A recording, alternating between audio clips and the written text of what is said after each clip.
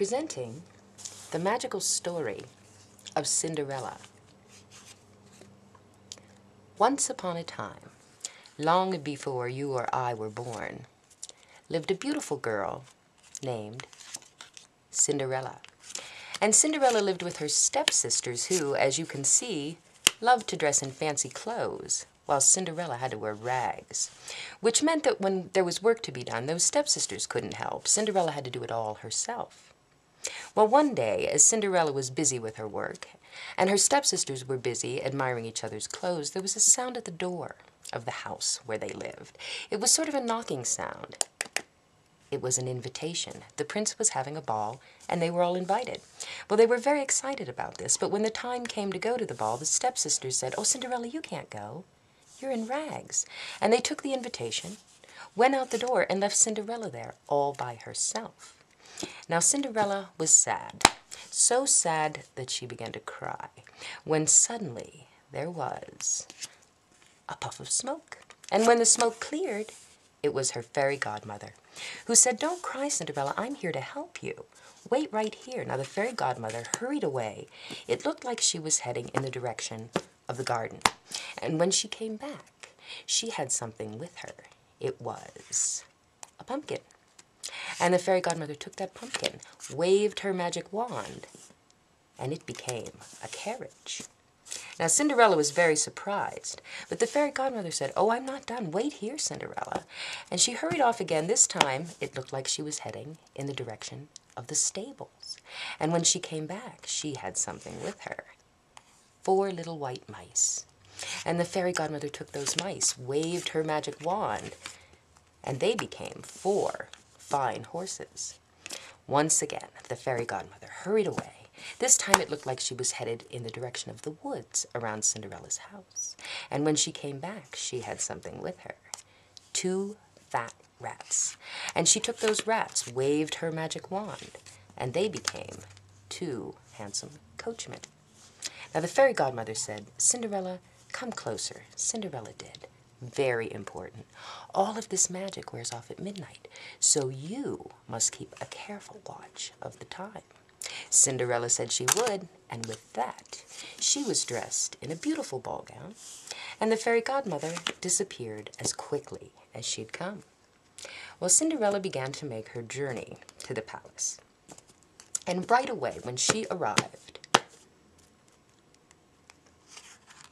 the prince noticed her. And he asked her to dance. It was 8 o'clock when they began to dance. At 9 o'clock, they were still dancing. At 10 o'clock, they were still dancing. At 11 o'clock, they were still dancing while midnight came. Cinderella had forgotten the words of her fairy godmother. And sure enough, the carriage back to being a pumpkin.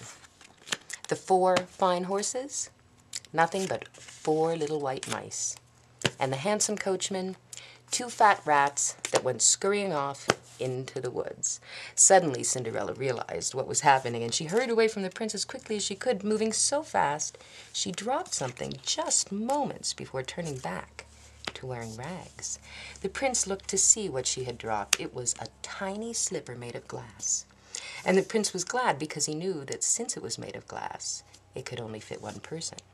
So he called a servant, told him to take the little slipper and search the entire kingdom until he found the girl who fit that shoe. Well, the servant took the slipper, and the search was on. He looked high and low and far and wide until he came to a place that we have seen before. Now, 3 months had passed while the servant was looking, but the day came when he knocked on the door of Cinderella's house. And the door was answered by her stepsisters. In came the servant of the prince, who explained that he had orders to try this little slipper on every maiden in the kingdom. Well, one of the stepsisters said, oh, me, let me try it." "Very well," said the servant. He held out the shoe. That stepsister squeezed and squeezed, but the shoe didn't fit. The other sister said, "Oh, me, let me have a turn." "Very well," said the servant. He held out the shoe. That sister squeezed and squeezed, but the shoe didn't fit. The servant was just about to leave when he noticed Cinderella sitting in the corner, and he asked her to try the shoe. Now, of course, the stepsisters protested and said, "Oh, don't waste your time, it couldn't be her." But the servant explained that he had orders to try this shoe on every maiden in the kingdom, and he offered it to Cinderella. She tried the shoe, and do you know what? It was a perfect fit. The servant was delighted, hurried out the door, and back to the palace to tell the prince that he had found the girl who fit the shoe. The prince was thrilled and sent for her right away. When the two were reunited, they were married at once. Of course, they lived happily ever after, and that is the story of Cinderella.